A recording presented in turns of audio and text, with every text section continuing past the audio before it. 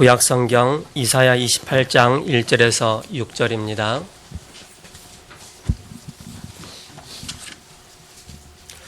한 절씩 교독하시겠습니다. 28장 1절에서 6절입니다.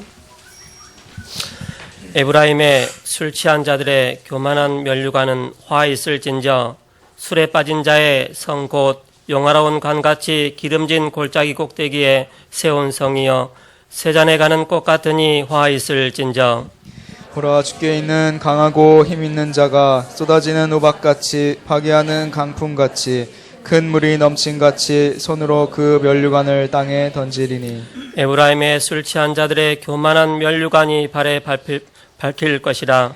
그 기름진 골짜기 꼭대기에 있는 그의 영화가 세잔에 가는 꽃이 여름 전에 처음 익은 무화과와 같으리니 보는 자가 그것을 보고 얼른 따서 먹으리로다. 그날에 만군의 여호와께서 자기 백성의 남은 자에게 영화로운 면류관이 되시며 아름다운 화관이 되실 것이라.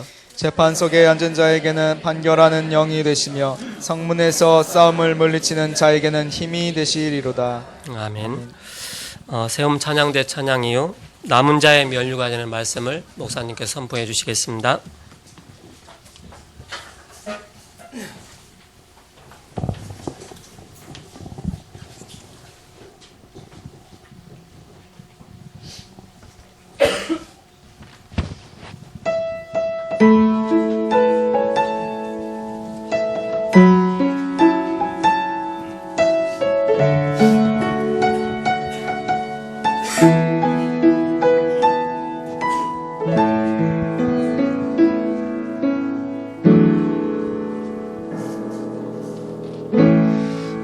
민족의 가슴마다 피 묻은 그리스도를 심어 이 땅에 푸르고 푸른 그리스도의 계절이 오게 하소서.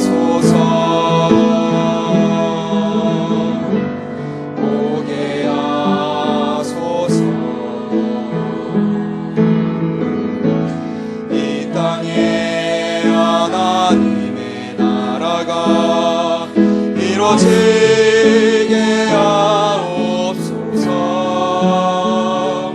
모든 사람의 마음과 교회와 가정에도 하나님 나라가 임하게 하여 주소서. 주의 청년들이 예수의 음을 끄고 인류 구원의 환상을 보게 하소서. 한 손에 복은 들고 한 손에 사랑을 들고 온 땅 구석구석 누비는 나라 되게 하소서.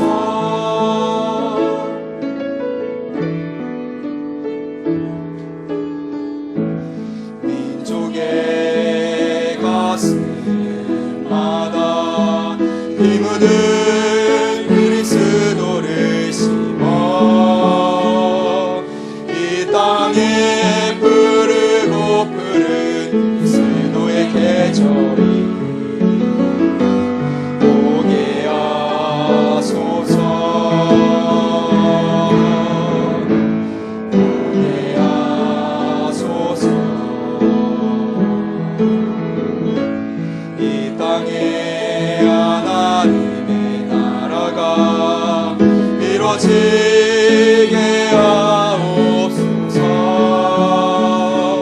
모든 사람의 마음과 교회와 가정에도 하나님 나라가 임하게 하여 주소서. 주의 청년들이 예수의 음을 끄고 인류 구원의 환상을 보게 하소서. 한 손에 복은 들고 한 손에 사랑을 들고 온 땅 구석구석 누리는 나라 되게 하소서.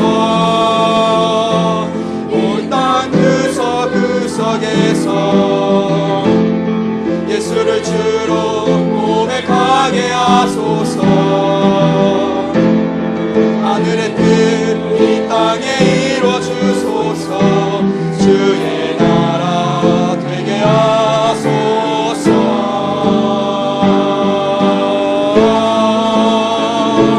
주의 청년들이 예수의 꿈을 꾸고 인류 구원의 환상을 보게 하소서. 한 손에 복음 들고 한 손에 사랑을 들고 온 땅 구석 누비는 나라 되게 하소서.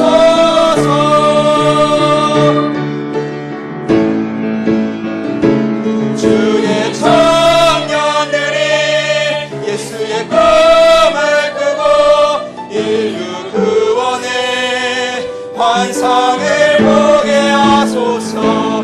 한 손에 복음 들고 한 손에 사랑을 들고 온 땅 구석 누비는 나라 되게 하소서.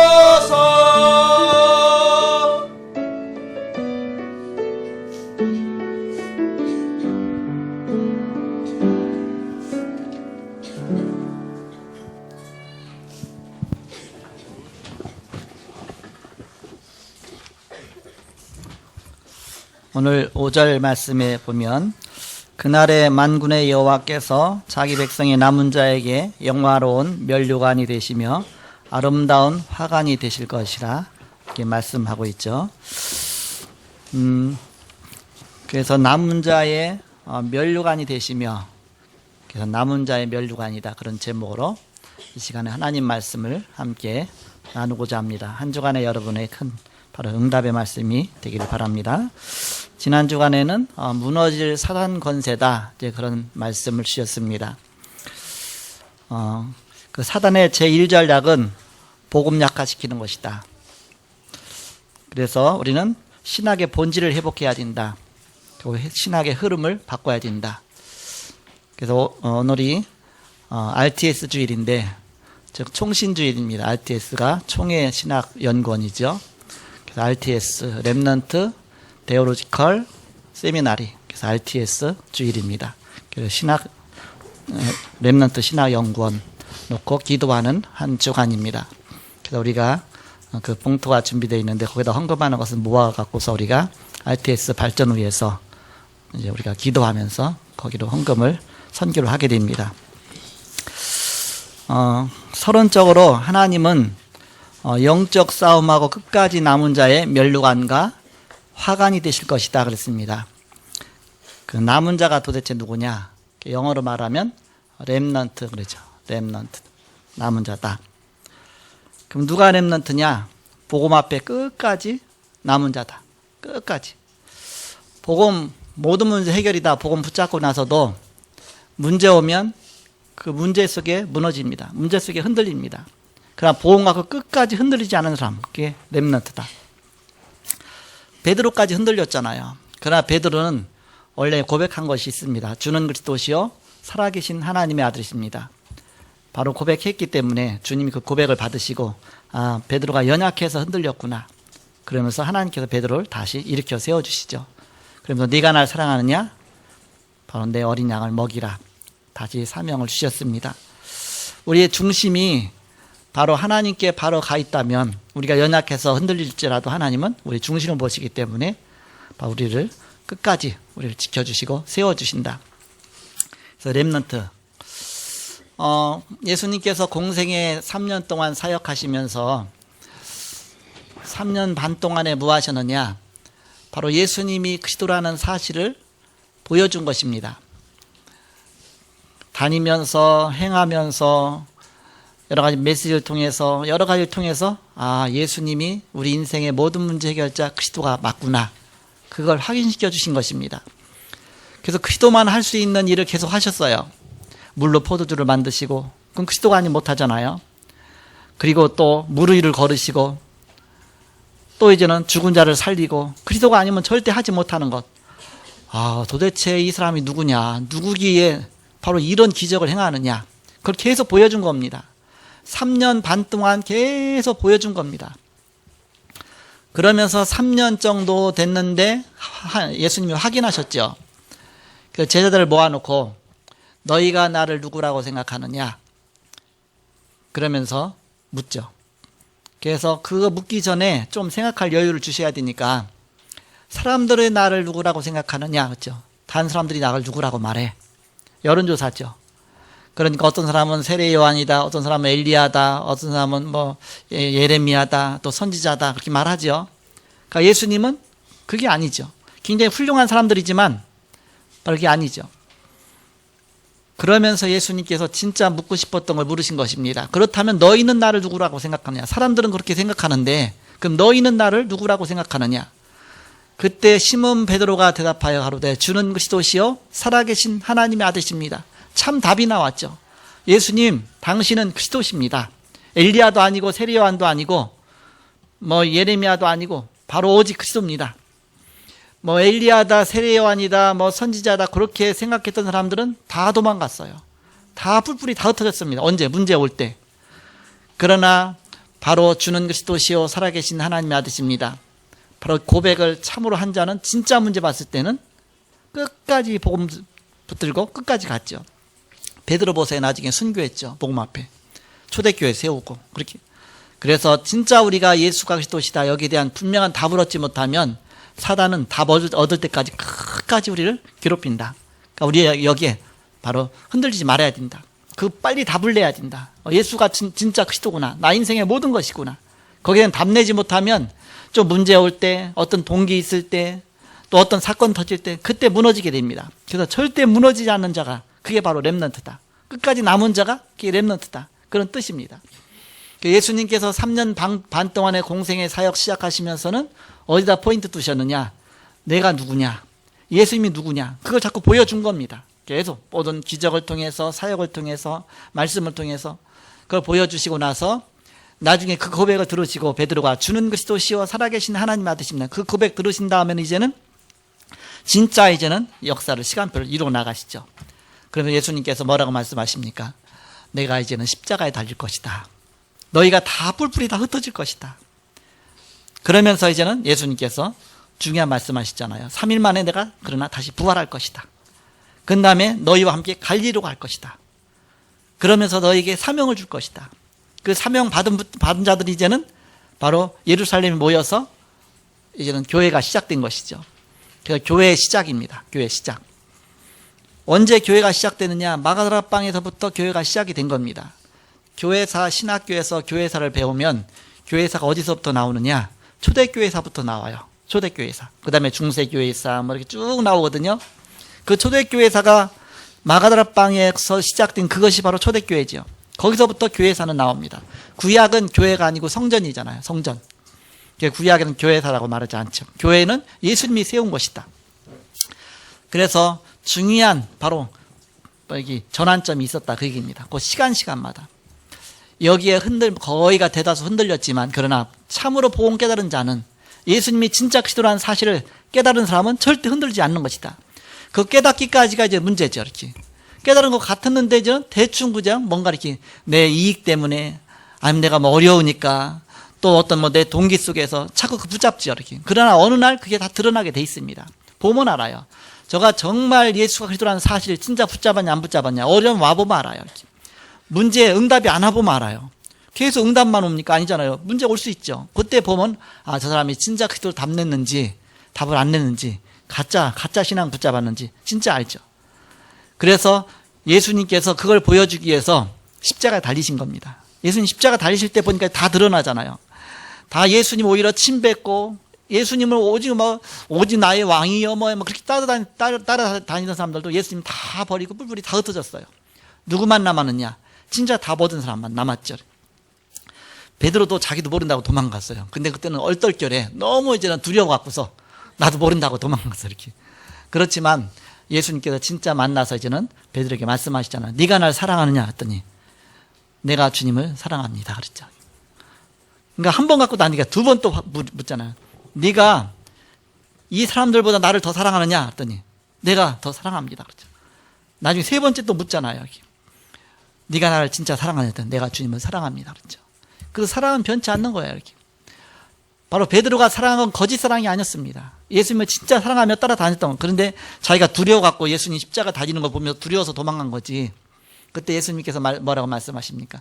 네가 젊어서는 네가 띠띠고 스스로 네 마음대로 다녔지만 네가 늙어서는 네 팔을 벌리리니, 두 팔을 벌리리니 네가 원치 않은 곳으로 너를 데려가리라 그랬죠. 순교, 나중엔 순교까지도 바로 그런 그 사명까지도 있다. 그런 감당할 것이다. 그걸 말씀하신 것이죠. 그때부터 베드로는 이제는 절대 부인하지 않았어요. 왜? 진짜 답을 얻었거든요. 실제 그 전에는 사실 그리스도라고 고백하지만 진짜 답은 못 얻었어요. 왜냐, 부활한 걸 봤어야지. 그러나 예수님이 실제 십자가 달리시고서 부활하신 걸 목격한 다음에는 이제는 거기에 완전한 답 얻은 다음은 그다음부터는 절대 흔들리지 않았죠. 아, 예수님이 그리스도가 맞구나. 부활해 주구나. 거기에 목적자들이 이제는 초대교회를 세운 겁니다. 그들이 이제는 저 세계 복음화까지 한 것이죠. 그래서 우리는 분명한 답을 얻어야 됩니다. 아, 예수님이 나의 인생의 그리스도시다. 나의 모든 것이다. 그냥 내 모든 문제 해결자지만 문제 해결자 정도가 아니라 나의 인생의 모든 것이다. 내 문제 해결 안 해주면 그럼 그리스도 아닐 겁니까? 그게 아니다. 나의 모든 것이다. 여기에 대한 분명한 답을 얻은 것이죠. 내가 이 세상 떠나가도 나는 그리스도 앞에 가는 것이다. 분명한 답을 얻은 것이죠. 그래서 그 영어로 말하면 그걸 다 렘넌트라고 한다. 물론 어린 렘넌트 잘하는 것도 렘넌트지만 그런 의미에서 이렇게 렘넌트는 뭐냐? 어린 자라나는 렘넌트는 복음으로 잘 양육되니까 끝까지 가잖아요, 이렇게. 그렇기 때문에 렘넌트라는 단어 썼지. 나이 많으셔도 당장 내일 돌아가시더라도 복음 끝까지 붙잡은 사람이 렘넌트예요, 이렇게. 누가 연세 제일 많으십니까, 우리 교회에서? 우리 김가옥 권사님이에요? 렘넌트입니다. 김가옥 권사님. 렘넌트. 렘넌트인 게 증명이 됐어. 제가 봐도 렘넌트야. 얼마나 힘들겠어요. 몸은 아프지요. 다리는 아프지요. 연세는 많죠. 몸은 또 이렇게 크지요. 이렇게. 얼마나 힘들어요. 계단에서 올라오는데 우리는 금방 올라오잖아요. 막 몇 수십 분 걸려. 거기다 큰 신이 한 계단 올라오고 앉아있다가 또 한 계단 또 올라오고 그렇게 해서 여기 2층까지 올라오는데 수요일 날도 오고 금요일 날도 오고 하여튼 뭐 시간 되면 와요. 이렇게. 그래갖고서 젊은 사람도 못하는 거 계속 와서 뭐 했냐. 금요일 날은 여기 청소하고 있어, 보면. 이렇게. 바닥 닦고 있고, 강대상 닦고 있고, 계속 닦고 있어, 이렇게. 그러면서, 진짜 렘넌트. 이게 닦았기 때문에 렘넌트가 아니라, 끝까지 내가 복음 때문에 내가 간다, 이렇게. 그게 복음 때문에 끝까지 남은 자가 렘넌트다. 언제 다 이렇게 뭐 뿔뿔이 흩어집니까? 나한테 유익이 안 된다고 할 때. 그래서 또 소용없어. 이렇게. 또 내가 어떤 문제가 올 때, 또 어떤 사건이 터질 때. 그러면 렘넌트는 뭐예요? 렘넌트 끝까지 남은 자가 렘넌트인데. 여러분 다 렘넌트다. 왜? 이 자리에 다 도망갈 때는 이 자리 끝까지 있으니까. 왜냐, 제가 딴 거 얘기하지 않고 계속 복음만 말하는데 여기 있다는 얘기는 듣기 싫은 겁니다. 렘넌트가 아니면 또 해. 같은 얘기 또 한다. 또 그리스도 얘기한다. 듣기 싫어. 지겨워.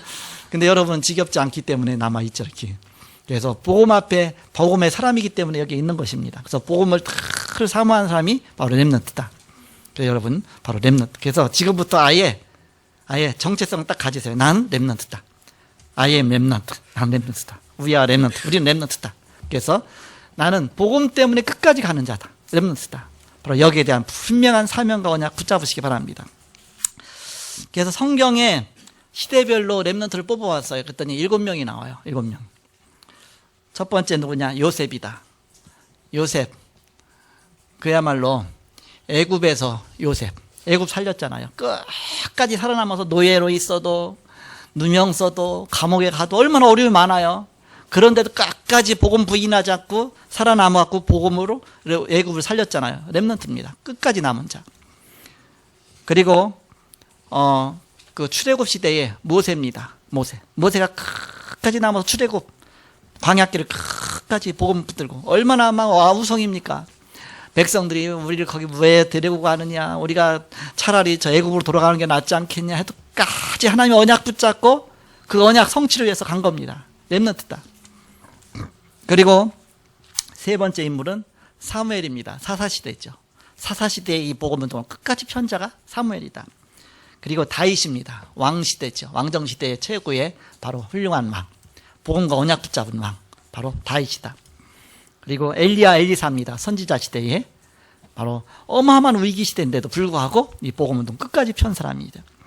그러면서 이사야죠. 바벨론 시대에 이사야, 포로 시대에 끝까지 복음운동 거예요. 그래서 이사야 통해서 렘넌트라는 단어가 나왔잖아요. 이사야 6장 13절에 밤나무 상수리나무가 다 배임을 당할 것이다. 다 배임을 당하여도 그 그루터기는 남아있지 않냐. 뿌리가 남아있지 않냐. 그 남은 자, 그것이 바로 렘넌트입니다. 그래서 그 그루터기라 그런 뜻이죠. 남은 자다. 나무가 베어도 그 그루터기는 남아있는 것처럼 다 배임 당해도 렘넌트는 무너지지 않는다. 끝까지 남는다. 영어로 보면 그 그루터기라는 단어가 스톰프라는 단어도 있고요. 또 이 렘넌트라는 단어도 있어요. 이렇게. 그런데 렘넌트라는 단어를 써서 우리가 이제 남은 자다. 그렇게 하고 있죠. 우리 7명의 렘넌트. 그 다음에 신약에 와서는 로마 시대의 바울입니다. 바울이 끝까지 복음 때문에 남아서 저 로마까지 복음을 하잖아요. 이렇게. 그 위기 시에 그야말로 막 고통, 막 여러 가지 막 죽음, 그걸 다 무릅쓰고서 복음 전하죠. 그게 렘넌트다. 복음 때문에. 7명의 렘넌트. 시대마다 이렇게. 자, 지금 현대 시대 누가 렘넌트냐? 여러분이 렘넌트입니다. 이제 8번째 렘넌트예요. 이렇게. 그 성경에 있는 건 7명의 렘넌트, 7번째까지. 그 다음에 나머지는 이제는 여러분이 몫입니다. 여러분이 8번째 렘넌트다. 나는 8번째 렘넌트다. 난 부족해도 렘넌트다. 못생겨도 렘넌트다. 나는 가진 거 없어도 렘넌트다. 왜? 복음이 있기 때문에. 복음 갖고 나는 끝까지 살아남는 자다. 그게 렘넌트다. 그래서 여러분은 바로 렘넌트라는 자부심 다 갖고, 정체성 갖고, 자긍심 갖고, 자존심 갖고, 그러면서 여러분이 복음 갖고 승리하시길 그리스도 이름으로 축복합니다. 그런데 언제 주로 속느냐면 전환점에서 속습니다. 전환점. 뭐가 환경이 바뀔 때, 어떤 사고가 터졌을 때, 상황이 바뀔 때, 문제가 올 때, 그때 우리는 막 속죠. 내가 연약해서 속을 수도 있어요. 그러나 진짜 그리스도를 향한 중심이 있다면 그리스도 붙잡고 우리는 또 다시 일어서는 것이죠. 바로 렘넌트이기 때문에. 그래서 전환점 앞에 바로 여러분이 그 숨은 것을 봐야 돼요. 전환점 그 자체를 보지 말고 그 속에 하나님의 계획이 있습니다. 그 속에서 하시고자 하시는 계획이 있는데 그 계획을 깨달으면 우리는 안 흔들려요. 하나님의 중요한 놀라운 계획이 있구나. 이런 문제 속에서, 이런 사건 속에서. 그러면 이 속에서 내가 끝까지 내가 정말 살아남고서 내 하나님의 뜻을 이루는 것이다. 그런 게 렘넌트잖아요. 숨은 것을 볼 줄 알아야 이제는 거기에 안 흔들리죠. 베드로는 전환점 앞에서 갖고서 그 숨은 것을 못 봤어요. 이렇게 예수님 부활이라는 것을 숨은 것을 못 봤거든요. 부활할 줄 알았으면 베드로가 이렇게 부인하겠습니까? 부활할 줄 모르고서 이렇게 거기까지 안 믿어진 거죠. 예수님 미리 말씀하셨는데 이렇게 부활을. 그래서 내가 3일 만에 다시 부활할 거다. 그랬잖아요. 다 얘기하셨던. 근데 그게 잘 안 들렸던 거예요. 이렇게. 그래서 숨은 것을 볼 줄 알아야 돼요. 그렇지 않으면은 우리는 금방 그냥 딱 속기 쉽습니다. 그래서 하나님의 계획을 딱 볼 줄 알아야 된다. 그래서 전환점과 숨은 것을 보는 그런 눈이 열려져야 우리는 끝까지 살아남는다. 초대교회는 전환점 앞에서 이 숨은 것을 볼 줄 알았기 때문에 핑계가 없었어요. 핑계가. 전혀 흔들리지 않았습니다. 사도행전 1장 1절 예수가 그리스도라는 확신이 있었기 때문에, 사도행전 1장 3절 하나님 나라의 비밀이 있었기 때문에, 하나님 나라가 임할 것이다. 이거에 대한 중요한 답이 있었기 때문에 예수님이 부활하신 후에 40일 동안 바로 한 명 한 명 여기에 대해서 말씀하셨겠죠. 그 사람들이 모인 것이 120명입니다. 120명 그 사람들은 다 그리스도라는 분명한 바로 답을 딱 얻은 사람들이고 또 숨은 하나님의 계획들을 자기들이 깨달은 것이죠. 그래서 너희가 예루살렘 떠나지 말고 아버지 약속하신 것을 기다려라. 거기다 분명한 말씀 붙잡고서 모인 것입니다. 사도행전 1장 8절 내 증인이 되리라. 그래서 증인되기 위해서 모인 겁니다. 어디에? 마가다락방에. 그래서 여기에 온 사람들은 전혀 흔들리지 않았죠. 이들에게 하나님의 능력을 약속했습니다. 이들에게는 핑계가 없었습니다. 모든 것을 다 양보했습니다. 이 복음 앞에, 전도 앞에 내 주장이 사라졌습니다. 내 계산이 다 사라졌습니다. 왜? 이 복음이니까, 언약이니까. 이 축복을 내가 절대 뺏기지 않겠다 결단했기 때문에 나는 참된 전도자가 되기로 결단한 것이죠. 자, 본론으로 그러면 우리는 이 전환점 앞에 우리는 이걸 잘 깨달아야 되죠. 전환점 앞에 그 속에 숨겨진 계획을 깨달아야죠. 하나님 무슨 계획 때문에 이것을 하셨을까? 3가지 전환점이 있었습니다. 본론으로 첫 번째는 어떤 전환점이냐? 마가다락방의 전환점입니다. 사도행전 1장 14절에 마가다락방에 모였죠. 이때 뭐 했느냐? 오로지 언약 붙잡고 기도했다. 하나님의 그 계획, 숨은 계획이 이루어지게 하여 주옵소서. 이거 붙잡고 기도한 겁니다. 그래서 오순절 날이 이미 이름에, 그렇죠? 사도행전 2장 1절에 오순절 날이 나오잖아요. 그게 오순절이잖아요. 세 절기와 관계되어 있죠. 유월절은 구원을 말하고, 오순절은 성령 강림, 성령 인도를 말하고, 수장절은 바로 이 전도의 그런 축복을 말하죠. 바로 삼절기와 관계가 있는 말이죠. 그렇기 때문에 그래서 구원받은 과거, 내가 구원받았다, 나의 과거. 또 앞으로 이제는 내가 이 땅에 살고 있습니다. 오순절이죠. 계속 살고 있죠. 그러면 내가 이제는 앞으로 천국에 가게 되겠죠. 수장절이죠. 그 세 가지가 다 포함이 되어 있는 것이다. 내 인생 전체가 다 포함이 되어 있는 것이다. 그래서 오순절 날에 그 말은 날이란 단어가 나오잖아요. 시간표가 있다는 얘기죠. 그래서 오순절 날, 그 날을 자꾸 말씀하셨죠. 그 시간표를 말씀하셨죠. 2장 1절에 보니까. 2장 5절에 보니까 그때에, 그죠? 때란 단어를 말씀하셨죠. 그리고 18절에 보니까 또 그때도 그때에 이렇게 나오죠. 때란 단어를 말씀하셨습니다. 그리고 또 이제는 41절에 보니까 이날에, 그 날이란 또 단어를 말씀하셨죠. 또 46절 보니까 날마다 이제는 역사이다. 날마다. 날이라는 얘기를 또 말씀하시고, 시간표에 말하는 것이다. 그 시간표가 되면 하나님의 문이 열린다. 그 얘기입니다. 하나님의 시간표가 되면. 그 시간표를 기다려라. 하나님 나라가 임할 때까지 기다려라. 그 시간표가 올 때까지. 우린 시간표가 오기 전에 그냥 내 스스로 이제는 무너지는 거예요. 내 스스로 그냥 자포자기 하는 겁니다. 이 초대교회에서 예수님 공생의 사역 동안 그렇게 복음을 많이 들었지만, 이제 예수님이 십자가에 딱 달리시거든요. 그러면 달려서 십자가에 죽으시잖아요. 그렇게 하고 나니까 그 따라다니던 12 사도들과 많은 사람들이 얼마나 무기력했겠어요. 그동안 예수님이 열심히 따라다니다 예수님이 딱 사라지니까 뭘 해야 될지, 그럼 다시 그러면 어디 내 직업을 찾아야 되나. 그래갖고 다시 바닷가로 가갖고서 이제는 다 이렇게 폐기 처분했던 그물 다 갖다가 그 배에 갖다가 다시 막 물고기 잡으러 가잖아요. 베드로가 그랬잖아, 이렇게. 야, 그럼 내가 뭐 하지? 굉장히 무기력해진 겁니다. 내 인생에 대한 답이 사라지면 내가 뭘 위해 살지? 그러다 보면 굉장히 무기력해지는 겁니다. 그럼 그때 그 전환점인데, 그때 하나님의 숨은 계획이 있는데 이걸 알지 못하면 여기에 속는 겁니다. 특히 이제는 뭐 이렇게 우리가 나이 들어가면서 이렇게 전환점들이 또 있잖아요. 뭐 결혼도 하고, 나중에 또 이제는 나중에 자녀도 낳고, 뭐 직장도 다니고, 나중에 또 퇴직도 하고, 그때마다 전환점이 있는데 요 속에 하나님 계획들이 다 있거든요. 그거 깨닫지 못하면 내가 이제 인생 버림받았는가? 나 이제 뭘 하지? 그렇게 되면 속는 것이죠. 여기에 하나님의 중요한 계획들을 그 속에서 찾아나가는 거죠. 하나님은 나를 그냥 이 땅에 보내신 것이 아니라 중요한 계획 속에서 나를 부르셨기 때문에 그 축복을 누리는 것입니다. 그 전환점 앞에. 예수님 따라다니다 3년 동안 따라다니다 예수님이 십자가에 달리시고 돌아가시니까 이제는 이게 뭐 이렇게 전환점인데, 중요한 하나님의 그 다음에 시간표를 이루시는 건데 어떻게 해야 될지 모르는 겁니다. 그래서 그냥 물고기 잡으러 간다 해서 다 자기 혼자 가면 모르는데 베드로가 나머지 제자들 다 데리고 가는 겁니다. 야, 우리 물고기 잡으러 가자 해서 지금 그 과거에 했던 거 고기 잡는 거야, 이렇게. 그 사도들이 그 일을 한 겁니다. 그때 예수님 그 자리에 나타나서 이제는 말씀하시잖아. 네가 날 사랑하느냐? 아니요, 그랬으면 갔을 텐데. 그때 사랑합니다. 그러면 다시 이제는 해야 될 일을 깨닫게 하시잖아, 이렇게. 내 어린 양을 먹이라. 너의 진짜 사명이 뭐냐? 이 복음 전하는 거 아니냐? 어린 양들 자꾸 키워야 되는 거 아니냐? 이거 위해 살아야 되는 거 아니냐? 너 인생이 이것 때문에 하나님 너를 부르신 거 아니냐? 거기다 분명한 사명 깨닫고 이제는 바로 마가다락방으로 다시 간 겁니다. 다락방에 모였죠, 이렇게. 그래서 그때 시간표가 되니까 이제는 오순절 날에 막 성령이 임하죠. 막 문이 열려. 어떤 문이 열렸냐? 능력의 문이 열렸습니다. 그렇게 연약하고 무기력했는데 성령 충만 받은 거예요. 오순절 날에. 그러면서 이제는 전도의 문이 열렸어요. 사도행전 2장 9절에서 11절에 보니까 15나라 사람들이 늘 절기 때마다 왔는데 그때는 아니었어요. 그러나 이때 시간표에 맞게끔 그들이 다 문이 된 겁니다. 전도의 문. 그러면서 17절, 18절 가서 보니까 이제 하나님 말씀이 성취됐죠. 막 말씀이 성취되는 막 문이 열린 겁니다. 그러면서 2장 41절에 보니까 거기에 따라서 말씀 받은 사람들이 은혜 받고 나서 제자가 이루어지죠. 제자의 문이 열린 겁니다. 그렇게 제자가 안 나온다고 생각했는데 내가 은혜 받고서 하나님의 시간표가 되니까 막 제자가 일어나기 시작하죠. 하나님 시간표가 있다. 교회도 뭔가 하나님이 다지는 시간표가 있고 또 세우는 시간표가 있고 뭐 열매 맺는 시간표가 있고 다 있죠, 이렇게. 우리가 속지 말라. 속지 말고 문제 속에 속지 말고 하나님의 시간표 기도하면서 계속 하나님 나라 임할 때까지 기도하는 것입니다. 그러면서 이제 3천 제자가 일어나죠.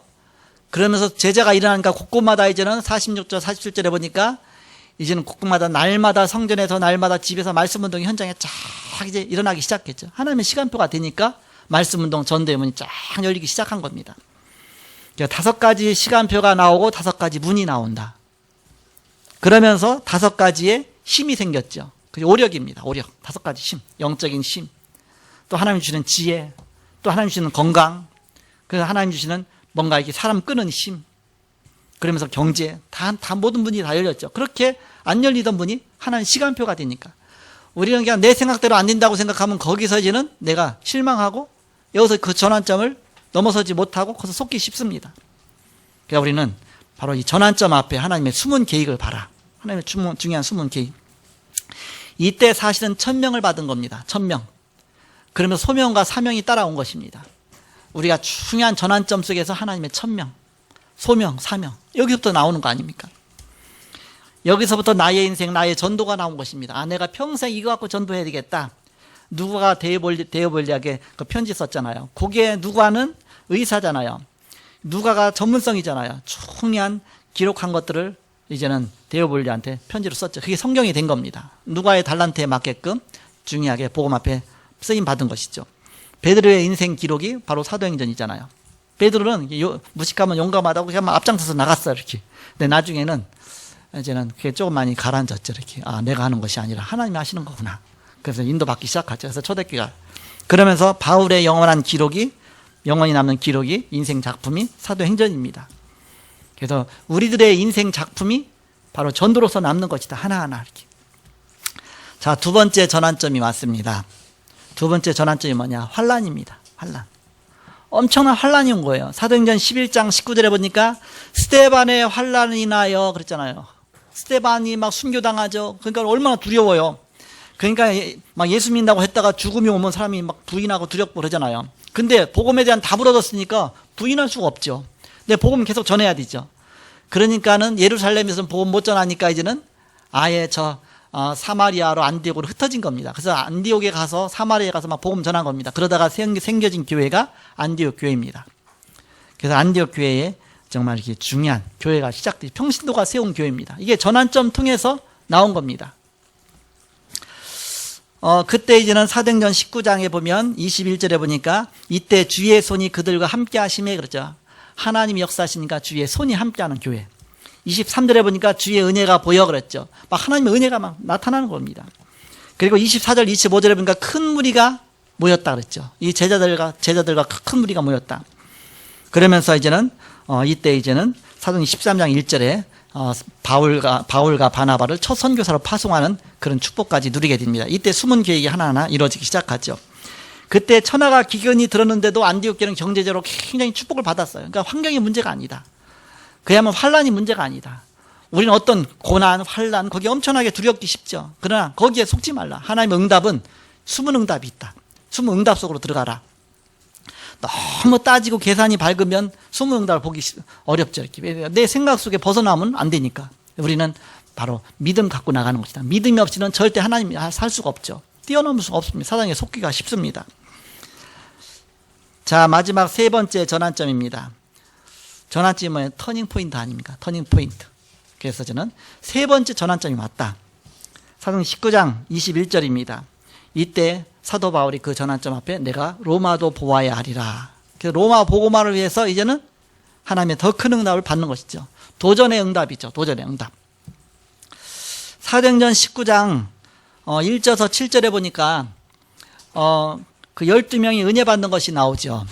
너희가 믿을 때 성령을 받았느냐. 그러니까 우리가 성령이 있음을 알지도 못했다. 그러니까 막 말씀으로 막 이렇게 기도 설명하고 막 세례 받고 하면서 막 은혜 받고 막 하다 보니까 이제는 12사람쯤 되니라. 그런 중요한 제자가 일어난 것이죠. 그러다 보니까는 사도행전 19장 8절에서 20절에 보니까 두란노 서원 중심으로 해서 이제는 말씀으로 계속 세워지니까 이 사람들 중심으로 아시아에 사는 자는 복음을 듣지 못한 사람들이 한 사람도 없었더라. 그 정도로 이제는 아시아 전역으로 제자들이 파송된 겁니다. 복음의 역사가 일어난 겁니다. 중직자들이 일어나서 복음 운동이 막 일어난 것입니다. 그렇게 하고 나니까 그걸 보니까 사도 바울이 이렇게 복음 운동이 일어나는구나. 이렇게 아시아 전역 사도 바울이 원래는 아시아부터 복음 전하려고 했었는데 복음의 문을 안 열어주시거든요. 하나님이. 그 아시아로 가려고 하는데 자꾸 문이 막히는 거예요. 그러다 기도하다가 마게도냐 사람 한 사람이 막 우리 와서 도와달라고 막 환상 중에 그걸 보잖아요. 그래서 간 곳이 이제는 마게도냐, 빌립보 지역, 데살로니가 지역, 뭐 고린도 지역으로 갔잖아요. 근데 거기서 큰 역사가 일어난 다음에 그 다음에 3차 전도 지역 여행 때 이제는 그쪽 에베소 지역으로 간 겁니다. 두라노 서원 지역으로. 거기서부터 이제 눈이 열린 거예요. 시간표가 3차에 있었는데 사도 바울은 2차 전도 지역 때 아시아로 가려고 했던 거예요. 하나님의 시간표는 3차 전도 지역 때 아시아 복음에 대한 하나님 계획이 있었는데, 그러니까 숨은 계획을 보지 못하면 내 생각대로 뭐가 안 맞는 대로 자꾸만 끌고 가려고 하는 거예요. 그래서 하나님의 계획이 이제 보여지니까 그때 이제는 눈이 열린 겁니다. 사도 바울이. 이 일이 있은 다음에, 그렇죠. 어떤 일을. 사도행전 19장 8절에서 20절에 보니까 두라노 서원에서 막 제자 일으키죠. 막 2년 동안 그야말로 막 우리로 말하면 오기초 학교고 또 뭐 우리가 본부로 말하면 뭐 전도 신학원이고 전도 선교사 훈련이고 막 2년 동안을 그야말로 막 훈련해갖고서 많은 제자 세워갖고서 전역으로 동시다발적으로 보낸 것입니다. 그러니까는 아시아에 사는 자는 헬라인이나 유대인이나 복음을 듣지 못한 사람들이 한 사람도 없었더라. 그런 역사가 일어난 것이죠. 그때 바울이 눈이 착 열려갖고 이렇게 하면 로마 복음화도 금방 할 수 있겠구나. 그러면서 저는 내가 이제는 로마도 보아야 하리라. 내가 로마 가서도 이 복음을 높여야 되겠다. 그것이 사도행전 19장 21절입니다. 내가 이제 로마에도 가서 이 복음을 전해야 되리라. 거기에 대한 결단을 한 겁니다. 그러면서 이제는 그 결단을 하고서 이제는 3차 전도 여행을 마치면서 어디로 갔느냐 하면 안디옥으로 가지 않고, 안디옥이 원래 본 교회 아닙니까? 거기로 가지 않고 예루살렘 교회로 간 거예요. 왜? 사도들한테 총회에 가서 보고하려고. 그동안 전도운동 이렇게 일어났는데 이런 성경적인 전도운동 갖고 우리는 저 세계를 복음할 수가 있다. 내가 나를 파송해달라. 저 로마 복음하러 해서 내가 가겠다. 그렇게 보고하려고 한 거. 막 머리도 깎고 막 갱그리에서 머리도 깎고 막 결단한 겁니다. 그러면서 이제는 가는 거예요. 근데 하나님은 또 거기에 숨은 계획이 있어요. 그러면 이제 총회에서 파송해갖고 선교사란 이름 갖고 갈 줄 알았더니 이제 붙잡힌 겁니다. 유대인들한테. 그래갖고서 저는 예수 말하는 제목으로 이제 감옥에 투옥된 거예요. 그러니까 사도 바울이 그때 내가 가이사 앞에 호소하노라. 가이사의 그 통치권 아래 있으니까 내가 황제 앞에 호소한다. 이게 상고하죠. 그렇게 되니까 이제는 그럼 네가 가이사 앞에 호소했으니까 가이사 앞에 가서 재판받을 것이다. 그래서 죄수의 몸으로 이제는 가이사한테 간 거. 가이사가 어디냐? 로마에 있잖아요. 자기가 로마까지 가려고 하면 얼마나 힘들겠어요. 따로 배 준비해야 되죠. 거기다 식량이 있어야 돼. 그 당시 몇 달 걸리니까. 그런데 아예 죄수의 몸으로 국가에서 먹을 거 다 주고. 다 이제는 그 죄수들 지켜야 되잖아. 못 도망가서. 그러니까 군인들을 다 이제는 해갖고서. 아무도 또 거기 뭔가 이렇게 해야지 못하죠. 왜? 죄수를 막 몇 겁으로 다 보호하고 있으니까. 그래갖고서 비록 죄수의 몸이지만 사도 바울은 나는 로마 복음하러 간다. 그래서 이제는 4차 전도 여행이 아니고 로마 여행입니다. 로마 여행. 로마 복음화를 위해서 이제 죄수의 몸으로 가죠. 로마까지 갔어요. 가는데 보니까 이게 죄가 별 죄도 아니요. 왜냐? 아니 예수님이 그리스도라고 한 게 죄가 안 되잖아 이렇게. 그러니까 이제는 이게 좀 그냥 감옥에다 가둔 게 아니라 그냥 너 마음대로 그냥 이 집 하나 얻어갖고 있으라. 대신 그 집에서만 떠나지 말고 그냥 거기서 있으라. 왜? 죄수가 도망가면 안 되니까. 그래서 가택구금만 된 거예요. 쉽게 말하면 집 안에서. 그래서 사람들은 얼마든지 다 들어와도 된다. 맞이해도 된다. 그래갖고 로마의 감옥에서 셋집에 있으면서 로마 전역에 이제 복음 운동하는 제자를 보내고 말씀 운동하면서 이제는 그야말로 이제는 역사 일어나는 거 보고받고 또 어디로 또 파송하고 미션업만 한 거죠. 쉽게 말하면. 그래서 중요한 제자 이제는 세워갖고 또 보내고 또 이렇게 또 보고받고 또 어느 현장에 또 파송하고 또 오면 또 제자 세우고 그렇게 해서 250년 만에 그 거대한 로마가 다 기독교 국가가 되었잖아요. 이런 어마어마한 역사. 교회사 중에 로마가 복음화되는 교회사가 어마어마한 역사이죠. 콘스탄틴 황제 때 그것이 일어났죠. 그래서 그 숨은 계획을 봐야 되는데 그걸 못 보면 조금만 문제 왔다고 환란이 왔다고 어려움 왔다고 금방 흔들리기 쉬운 것입니다. 그래서 그때 이제 죄수의 몸으로 가면서 쉽게 갑니까? 가다 보니까 막 이게 뭐 붙잡혀갖고서 이제는 이렇게 그 재판자리로 끌고 가잖아요. 그래서 사도행전 23장 11절에 아니 이게 뭐가 잘못된 거 아닌가 그럴 수 있잖아요. 그러나 사도 바울은 분명 답을 얻었잖아요. 그때에 그 죄수로서 막 엄청난 그런 막 폭력 당하면서 끌려가는데 법정 앞에서 그때 딱 하나님이 천사를 통해서 말씀하시잖아요. 네가 로마에서도 이 복음을 증거해야 되리라 그랬잖아요. 사도 바울이 내가 로마도 가겠다 그 결단했는데 하나님이 그 말 인용해 갖고서 네가 로마에서도 이 복음 전해야 될 것이다. 그러니까 로마 가기 위한 것이다. 거기다 딱 깨닫죠. 그것이 23장 11절입니다. 로마에서도 바울아 담대하라, 네가 로마에서도 복음을 증거해 드리라. 이제는 죄수의 몸으로 가는 겁니다. 가다 보니까 막 풍랑이 일어난 거예요. 막 배가 막 깨지고 풍랑이 일어나죠. 배 밑에서 기도할 때 그때 미리 답을 주시잖아요. 하나님께서 바울아 두려워하지 말라. 네가 가이사 앞에 서야 하리라.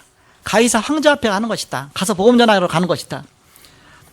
그때 사도 바울이 답을 얻고 나서 여러분 안심하십시오.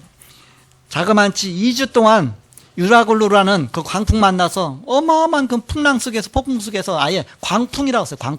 광풍이 뭐예요? 미친 바람이에요. 광풍. 그 정도로 엄청난 그 속에서 위기 속에서 바울은 답을 얻었으니까 편해지죠. 그래서 여러분 절대 생명에는 손상이 없을 것입니다. 그래서 얘기를 하죠. 그러니까 그 말대로 되죠. 그러면서 바울 말 듣고 막 다 예수 믿고 영접하고 막 역사 일어났죠. 이렇게. 그런 다음에 풍랑이 잠잠해지죠. 하나님 말씀이 선포되니까 하나님이 하시는 것이죠. 그래서 복음이 이제는 전파된 다음에 그 다음에는 이제는 배를 갈아타갖고 나중에 섬에서 좀 있다가 다시 로마로 가게 됩니다. 그런데 그 바람이요 어느 방향을 불었느냐면 로마 쪽으로 가는 쪽으로 방향에 바람이 부른 거예요. 그러다 보니까는 이 풍랑이 인연하여서 더 빨리 갑니다. 그러잖아요. 몇 달 걸리게 그냥 며칠 사이에 그냥 어마어마하게 빨리 간 거예요. 그 바람 속에 풍랑 속에 가다 보니까 막 전복될 것 같은데 그냥 그렇게 간 거예요. 그래서 훨씬 빨리 갔어 로마까지. 그러니까 문제가 아니다. 언약 붙잡은 자는 그것이 다 답이다. 하나의 축복이다. 자 결론입니다. 전환점이 와도 우리에게는 이미 정답이 있고 해답이 있고 응답이 있기 때문에 절대 두려워할 필요가 없다. 그리스도가 우리의 정답이요 해답이요 응답입니다. 예수 그리스도가 우리 안에 모든 것이 답이 되기 때문에 문제가 없다. 그래서 터닝 포인트가 올 때마다 오히려 중요한 하나님의 언약 앞에 도전하라. 더 하나님의 큰 응답을 바라봐라. 숨겨진 하나님의 큰 축복을 바라봐라. 우리는 분명한 답을 갖고 있기 때문에 요한계시록 20장 1절서 22장 21절에 보니까 우리의 영원한 소망이 있잖아요. 우리는 내 인생 다 해도 내가 90세 100세 돼도 내 목숨이 금방 떨어진다 해도 우리는 영원한 소망이 있어요. 바로 하나님 나라 우리의 소망 아닙니까? 빌립보서 3장 20절 우리는 이 땅에 살고 있지만은 우리의 소망이 있습니다. 우리의 시민권은 하늘에 있는지라. 내가 비록 이 땅에 살고 있지만 나의 배경은 하나님 나라의 배경이다. 나는 하나님 나라에 대한 소망이 있습니다. 하나님 나라의 그런 어마어마한 그 권세 갖고 이 땅에 살고 있는 겁니다. 그렇다면 그 권세 갖고 영적 싸움 싸우며 이기면서 문제 갖고 도전하면서 하나님의 축복을 향해서 가는 것이죠. 계시록 1장 3절에 보니까 우리의 시작은 우리의 소망과 같습니다. 우리의 소망, 우리의 시작 똑같다. 흔들리지 않는 것이다. 전도자는 영광의 면류관이 기다리고 있기 때문입니다. 우리의 면류관이 뭡니까? 데살로니가 전서 2장 19절 사도 바울이 자기의 면류관에 대해서 고백하잖아요. 데살로니가 전서 2장 19절에 보니까 우리의 소망이나 기쁨이나 자랑의 면류관이 무엇이냐? 그가 강림하실 때 우리 주 예수 앞에 너희가 아니냐? 내가 전도한 너희 영혼이 하나님 앞에 가서 얼마나 칭찬받겠냐? 내 면류관이 아니냐? 전도자는 이런 소망이 있습니다. 그래서 우리는 남은 자의 면류관 이걸 기억하고 한 주간도 남은 자의 면류관 이게 없으면요 나이 들어가면 우울증 오게 돼 있어. 이렇게 뭔가 이제는 갱년기 가면 뭔가 우울증 오게 돼 있어요. 이렇게. 그러나 여기 남은 자의 면류관 여기에 대한 분명한 자부심. 나는 렘넌트다. 난 끝까지 남는 자다. 복음 때문에 나는 이 복음 위에서 하나님 나의 인생을 큰 축복된 인생으로 인도하신다. 여기에 대한 큰 축복 누리시고 바로 언약 붙잡으시고 승리하시는 여러분 되시기를 그리스도의 이름으로 축복합니다. 기도하겠습니다. 하나님 감사합니다. 우리를 렘넌트로 부르시고 나이가 적기 때문에 렘넌트가 아니라 복음 때문에 끝까지 살아남는 자가 렘넌트인 것을 믿습니다. 우리 남은 자의 그런 바로 하나님의 그런 귀중한 축복 누리게 하여 주옵소서. 그래서 내가 렘넌트라는 사실을 늘 잊지 않고 가는 발걸음마다 하나님이 언약이 성취되는 발걸음 되게 하여 주옵소서. 감사하며 예수님의 이름으로 기도하옵나이다. 아멘.